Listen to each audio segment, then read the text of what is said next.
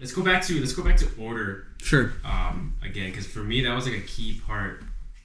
Whether we kept our order throughout Exodus or not, or fell off the wagon. Yeah. But what I love about this fast so much, and I don't know if you guys can agree with me or not. You probably will agree with me. So, is the prayer, is the readings, is how much order and discipline is within it. You know, like everything that we're doing is constant. You know, the constant fasting on Wednesdays and Fridays, because the devil does not like order. Like he's all about disorder, man. He's all about everything out of whack. You know, that's something I heard recently and it stuck with me. It's like we need to, like, that's why the fast was so good. Why we felt, you know, we were probably being attacked in some ways. And in some ways we felt good. It's because we probably were being attacked. Or we probably were just really in order, you know? Because right when you start falling out of that order, that's when you start getting hit. Yeah, man, he's all about that. He's all about that out of whackness and just, you know, just living a life just, you know, without order or, you know, discipline at all. That's absolutely true. And like I think that has really kind of shaped us for our future years too. And that's why in the cold shower I was like, this is my life, because I know this is what I have to do to stay in order, to not be attacked by the enemy, and not to fall to, you know, temptation. It's kind of what I need is order. And I don't know, what do you guys? Bro, I think that's absolutely correct. You know, you look at the very beginning, you look at Adam and Eve, and it was this beautiful thing that was created in order. You know, every single day there was this new thing that was ordered. It wasn't, I mean, imagine if the Bible, because, you know, we look at Book of Genesis as a, not a literal, but more of a, like a literary thing to be able to read. You know? Right, sure. But imagine if it just went and said, on the first day, everything was created, like bam, all this, like that would have been chaos, you know? You just imagine, but it was like, no, like it took time within it. It took a precision within each and everything. And then it was this one thing that was just out of order. It was like, oh, let's eat of this. That's like, that was out of order from what God had created, from what God had done. And it's, I love how you say that, because it's something where it's like, we have this huge thing of order in front of us, and all it takes, besides going ahead and like creating disorder, he creates disorder by distraction, by going ahead and saying, and that's what all these things are. They are all distractions, but he wants to constantly use those things. Like I was talking to a friend of mine the other day, and literally it was the devil does not tempt us. He distracts us. Yeah. This distraction is a temptation, but he just uses that moment of distraction. It could take our eyes off God. Take our eyes. That's all it is. It's, you know, the whole point of temptation is literally to lead us away. Yeah. To take us away from God. To take us away from what's happening. Yeah. And there's that cliche that, you know, the devil's greatest trick on the world is that he would want them to think that he doesn't exist. Yeah, exactly. Right. And so, it is those distractions that, like, for example, you might not think. Right. Well, like playing video games might not necessarily be sinful, but can it lead us into kind of gluttonous behavior? Yes. Can it lead us into a place of just complete numbness and sloth? Mm-hmm. Like, yeah, it can lead us into sin or addiction. It can even take us, and I love how you said that about, you know, his thing is taking us away from thinking like he's not real, because then it turns him being not real. It takes away that sense of like, and it brings that ownership of this sin upon us. It's like, we have done this. We are sinful. You know, we've done these things. Yet, we were led into this. You know, we chose this, but we were led into this. And then it turns into, especially when we say he's not real, you know, it turns into this thing of, well, this is mine, you know, and since I have done this, God cannot forgive me of this. And it turns into this thing of taking that sin, and it's weird. I'm going to say it's going to be a weird thing I'm saying. It takes a more prideful aspect of this sin, where it's I have ownership of this. Like God cannot forgive me of this thing. You know? It is. That is a prideful, and that's mindset. What it is. It's a prideful mindset, because you're going ahead and placing yourself above God. And you're saying that the Lord, my sin is too great for him. The Lord can't handle it. Yeah, exactly. Like, oh man, and that's really powerful. And I think, the beauty of this fast is that it does bring order. To your point, Age. I think Paul talks about self-control in this verse. You know what I mean? We've talked about another You just look at St. Paul. Literally, his entire thing is all about order. You look at his readings, and everything. Even his letters are written in an order. He first starts off with "Hello, my brothers and sisters. I hope everything is well." And then goes into little things that need to be done. Teachings, right? And then an ending prayer. He ends with coming back to the Father. Yeah. In every single thing. Even his stuff is all about order. And everything needs to have this order. Right. We need to have this. And that's what this Exodus journey, I think, has taught really all of us. It's like, we were created for this. We were created to be in an order. And we were created to allow the suffering to mold us, like allow the sufferings of life. We've talked about rejoicing in the suffering. Paul talks about it all the time, rejoicing and delighting in our suffering, because it gives us an opportunity to unite those sufferings to those of Christ. Yes. And so goes directly to fasting and back to what we were talking about with Christ. When he talks about prayer, so often he talks about prayer in conjunction with fasting. Like, he doesn't only talk about prayer, he talks about prayer and fasting, and how important that is. And that's, I think a lot of times we kind of just go by doing the bare minimum of what fasting is, which is basically every year doing the 40 days of Lent. Yeah. But there's more than that. Giving up chocolate again. And exactly. So you give up chocolate, or you give up candy, like one little thing. And I'm not to say that that's a bad thing, but it's like, it's having the mindset of saying, like, okay, what can I truly offer up to the Lord? Yeah. What can I sacrifice to the Lord so that he can mold me, that he can purify me, that he can purge me of something that maybe is not good for me in the long run. Maybe it's not sinful, like I said before. Maybe going on social media isn't sinful, but can it lead you to sin? Yeah, for sure. And it's taking off these things, in a sense, and that's what I love about Exodus as well. For me, it took everything that I had in my life that I felt like I controlled. I control my thermostat. Yeah. I control the way I eat. I control, the games that I go. I control that. I control that. I feel like I control it, yet I don't. They don't. And then it's giving it to God so he can go ahead and say, I have control, and I'm going to create order. I'm going to control order in this moment. That's reality what it is. And even a simple pleasure as like a warm shower. Like, it's just like offering something as simple as that up. But how much it can really do for your mindset. It's just the beauty also of the solemnities and the Sundays of Exodus that you get to delight. In the rest. Rejoice in what it, and that's what it is. Rejoice in the sufferings. The sufferings that we had. We get to rejoice in that. Rejoice in what has happened. Because, I will say, we suffered during Exodus. We definitely do. Oh, yeah. Yeah. So what do you guys think? And we're talking about, I guess, we were talking about before earlier about how it takes 90 days to either break a habit or to encourage a good one. Right. So would you give me an example in your journeys with something that, either you broke or encouraged, and we don't have to be like super vulnerable, but you could if you want, but you don't have to be. I'm just not inviting that. But I am. It could be very simple. Like for me, I guess, this past one would be, think to the top of my head, something that I'm trying to do after this past Exodus is not snack, just because it's a way, I guess, like how you said, you could feed your anxiety and feed your you're just boredomness, whatever, if that's a word. Boredom. There we go. Addness, everything it becomes more intellectual. Your boredom, feed your boredom by snacking and all that. I just feel like it'll be a way for me to really, not have to rely on that and just kind of just take away those small comforts. Take away the small comforts. I don't have to be that comfortable in life. I really don't have to be. Yeah.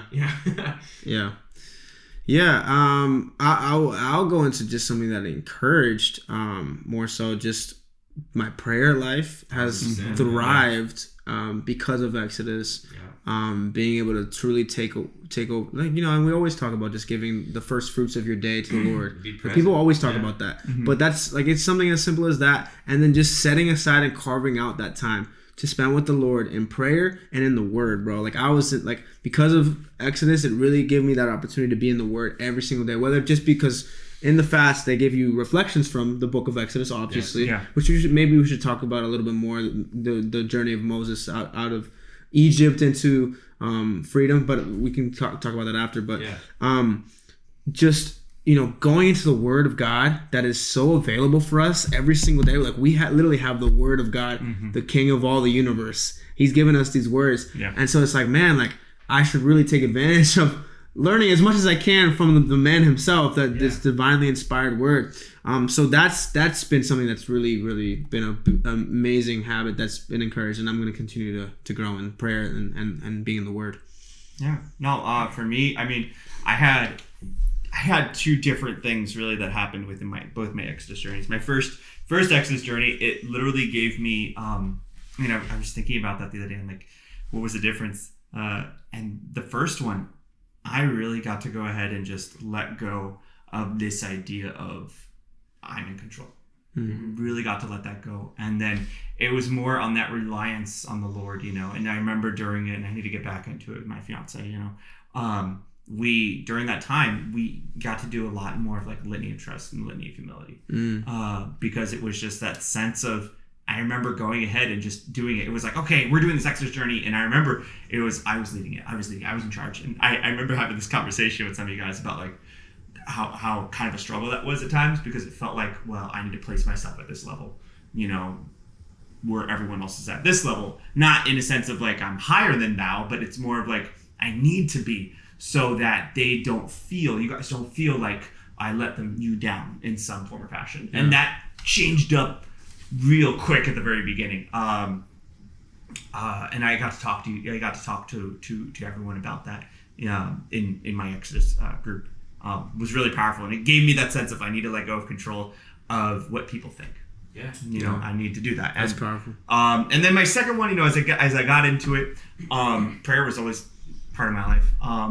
But I think it was more of like the thing that I added in was, how can I go ahead and draw in God more into the everyday, the little mundane things, mundane thing. How can I offer to the Lord? How could you, John? Would you give me an example of that? Well, basically what it was is before I went on Exodus, especially being in COVID and everything and stuff like that, and being at work after I actually finished the Exodus journey, the first one, to come back into it, I was back on YouTube and this and that all the time. Like, let me go ahead and waste time. I would do these things, not because of just that, but it was more of like, it was a sense of like, where can I go and where can I stop at? In my not just my faith walk, but it was also like, where do I need to stop at in terms of my ministry walk? Because we were placed under so many different things of like what we could do, what we couldn't do. With the teens in this moment and stuff like that, there were so many things that we had. But it really got me a sense of, especially after this one, was I need to be able to drop these things that are leading me to have, I guess, laziness in the workplace. Yeah. Because my ministry, it's for me, it's more than a job. Yeah. It's more than, and if I'm not giving my utmost for God in every single thing that I'm doing in my job, like I'm not being able to lead that one other student to Christ. Yeah. That one other person to Christ. And it's like, whatever I can do to offer it to the Lord in any little moment, like I'm going to. That's what it really gave me within this. It was like, I need to really, how can I focus more and bring him more into the workplace? Yeah. That's good. That's good stuff, man.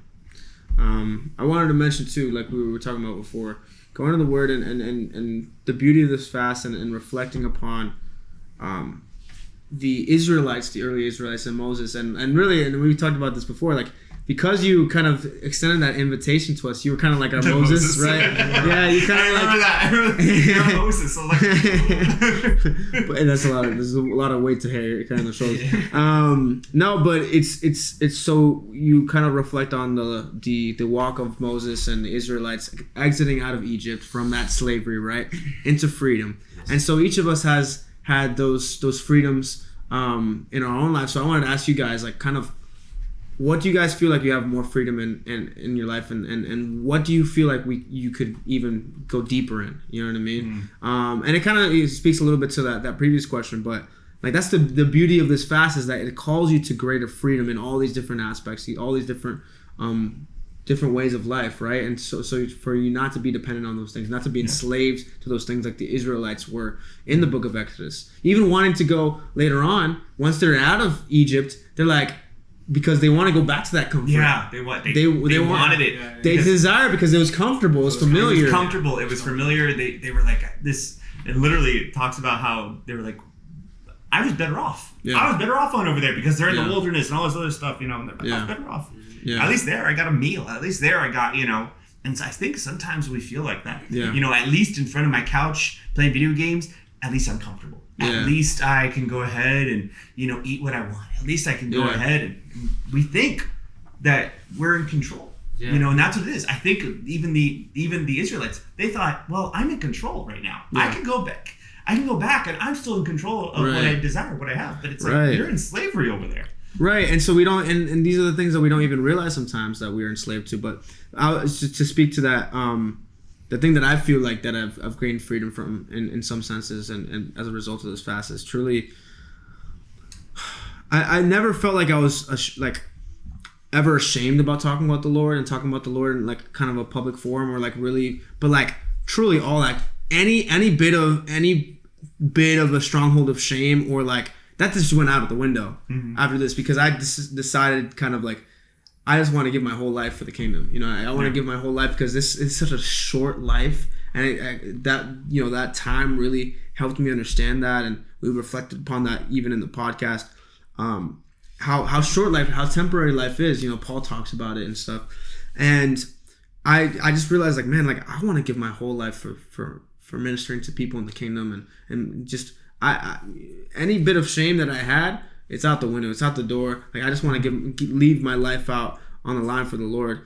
And so that's something that I feel like I've become free of is anything like that. So I don't know if you guys have any kind of similar sentiments. Yeah. I think my, I guess path to freedom was, I was kind of made free. I say kind of because I'm continuing. Yeah, to, it's always always seek you're always seeking, but free from the desire of like being loved, and being wanted or desired and stuff like that. It's not because I never felt like it. It's just like I always felt like I needed to hear it. It was almost like Moses grabbed me out of Egypt, but I always wanted to go back to Egypt to seek. Like even though it was slavery. Like I just wanted someone to tell me something nice, I didn't really realize that. I had a lot of insecurities. I didn't know that until like I dove deep into Exodus, or like even before that.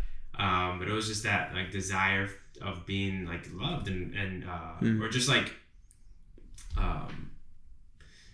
just wanted or thought of, like or greater, And I don't know if people know, I used to be in a band with Ricky. And I feel like in the band, like I feel like, I would give glory to God, but I would also kind of share it with him in a sense, I never really truly like as much as I wanted to give it to him, I almost liked it as well, Yeah. It was an aspect of control and just completely being delivered in that regard. And now I can safely say that, like I can care less what people think. I don't know if it's a good thing or a bad thing. For the past 2 years of my life, since I first did Exodus, I was really like purified in that aspect, in that regard. Obviously, it's still something that always you want to improve on all your vices and all stuff. You're always gonna be tempted with, and you're always gonna have that thorn on your side. So yeah, I didn't know I had like insecurities, especially like going into Exodus, but like. Wow, did it really like really got me, and I really just like. But now I feel more free of that. I feel more free of that desire and that want. To be looked at, almost like desire to be looked at. And that's why this is what the origin of small like Paul was, is really to just become little in that sense. Just to really just little myself, in my mind and. Yeah, that's powerful. That's powerful, bro. Oh, that's great. I feel you on that. That's for me. That was kind of the same thing a little bit. It wasn't necessarily I had this fear of being loved, but I had this fear that I would not be. I guess like a fear of being wrong. a fear of, in a sense, like having that pride. It's crazy. This is all pride. It's all pride. It's all pride. That's why I was trying to find the root of it. It all goes back to the original fall, because that's the sin that is. But in that's the what it was for me. It was that aspect of you know how you see like Adam and Eve are hiding in the garden, right? Yeah. For me, it was always that before. It was like I need to hide not from God. I need to hide from everyone else. Of this is what my sin is. I was never one. I was always like, okay, man, I sinned again. I'm going to go to confession. But like, no one can know about this. Like, no one can know about A, B, and C, you know? And I had that. I always carried that with me. And then it was like, in that beginning of Exodus, and I remember talking to you guys about it, I was like, this is it. This is what I got. And I remember going into that, especially that meeting, is I was like, I'm the leader.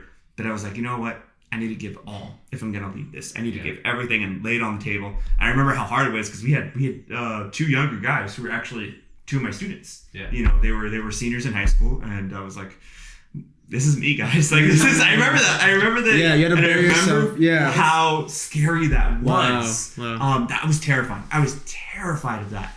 But God gave me a lot of freedom in that, about being able to let go, like not worrying about what other people think, like allowing you to just be like, you know what, this is how I've sinned, and I need help in this aspect. I need, you know, and it's given me a lot of because the one who freedom, you need to worry about knowing about your sins and knowing about, you know, all your wrong desires already knows. Yeah. It's like, you know. So it's like, there's no one else matters. Yeah. I know, but it's like, oh, I feel so, you know, it was always, I'd always feel so ashamed. I'm like, oh, I'm sorry about this, sorry about that. And I remember, but I was like, I think it just goes back into like what Paul talks about, I think Paul talks about helping carry the cross of your brother, right? Might have just been Jesus, but we'll say Paul as well. Why not? But it comes back into that. It's like allowing that iron to sharpen the iron, you know, allowing that brother to help you on out in this walk. It gave me that ability to have that freedom. Yeah. And that's what Exodus really was about for all of us. And that's what Exodus continues to talk about in their Exodus 90 journey. It's like, we're all about having specific men encounter freedom, true, authentic freedom. Wow. And that's what we all got. And how powerful is that? Like, just in 21st century, like calling men to greater freedom, because that's what, I mean, all of us as men are enslaved to something, you know, and women as well, of course.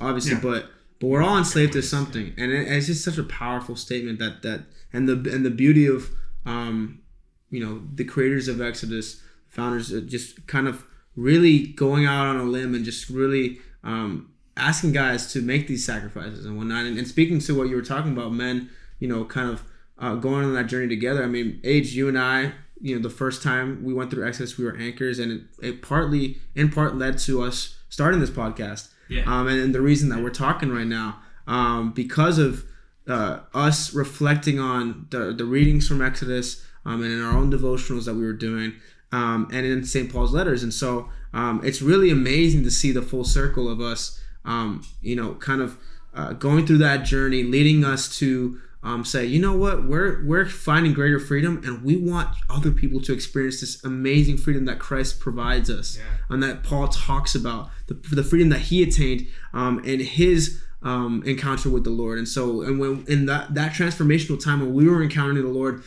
in such a deep level during the Exodus 90 fast, it led us to this place of wanting to spread that and share that with other people, man. Yeah, I mean, that's what it's all about. You know, you find good news and you spread it. You know? That's what you gotta do. Yeah. It kind of reminds me of, you know, Moses on the mountaintop, Moses on the hill. You know, I don't know if you want to go into that, Moses. But I mean, we were all holding up his arms, praising the Lord. Is that the thumbnail? It's like Israelites triumphed, but when his brothers dropped his arms, you know what would happen? You know, they started losing. They would be losing the battle, right? Right. But when they picked him back up, thumbnail. That's when they triumphed, and that's. I mean, we take anything away from Exodus, there's a lot to take away. So I guess you can't just take one thing away. But fraternity, you know, this right here, it's, you know, what we created out of like small, like Paul, like just starting it from Exodus, and then, you know, just like seeing where we are right now, just like sitting at a table recording about Exodus. Like the second time around. I never thought I'd be here. You know, before starting. So No, yeah, it's the beauty. We were just talking about, like a life without Christ. Like none of us would know each other. Yeah, we were just talking about it before we got on here. It's like without Jesus, man. I mean, we all met through different church occurrences. Yeah. And like if you think about it, like if it wasn't for the Christian walk, the Christian faith, so many things would not be as they are, and we just wouldn't even know each other. We wouldn't be friends because we wouldn't have that common, that bond that would have brought us together. And it's the beauty. We probably would have seen each other, but John, I would have never, never seen this guy. And not to mention, I would have. I mean, the reality of all this is myself. Where I was at, I was just in such a place of I felt alone. I felt, ashamed in different things in my life, especially in sin. Yeah. And I just had no one. I really did. And then that's, within this Exodus journey, it showed me like, hey, what? There is, the faith is alive, and it's alive really in this fraternity. And it's alive in other brothers and sisters. Yeah. Love you, bro. We love each other. So I think that's about where we'll kind of wrap this episode Before up, guys. We all start crying on. Yeah, I know. It's about to get too vulnerable, guys. So that's when you turn the cameras off, when it gets too vulnerable. No, thank you guys again for joining us for another episode of Small Like Paul. We are super blessed and grateful for all your support on this journey. So if you guys haven't already, make sure you guys like this video, subscribe, smash that subscribe button, turn on the notification bell. Leave a comment below, if you've gone on the Exodus journey, and talk about your experience on the Exodus journey. And let us know what you guys want us to talk about next. We want to talk about these relatable topics and these things that we've gone through, and our own testimonies and experiences. So make sure you leave a comment below. Make sure you follow us on all our social media. You'll see the links below in the description. Also follow us on the streaming platforms and all that good stuff. But we love you guys as always. We can't wait. If you like John, we'll bring him back. If you don't, we'll delete this video. leave a thumbs up if you like John. Leave a thumbs up if you like John. Anyways, guys, thank you guys again. We can't wait to see you guys again on the next episode of Small Like Paul. But until then, in order to become great in the eyes of God, you must first become little. Peace, guys. Peace. Much love. I'll never be alone. I'm with you. Closer to my heart than I knew.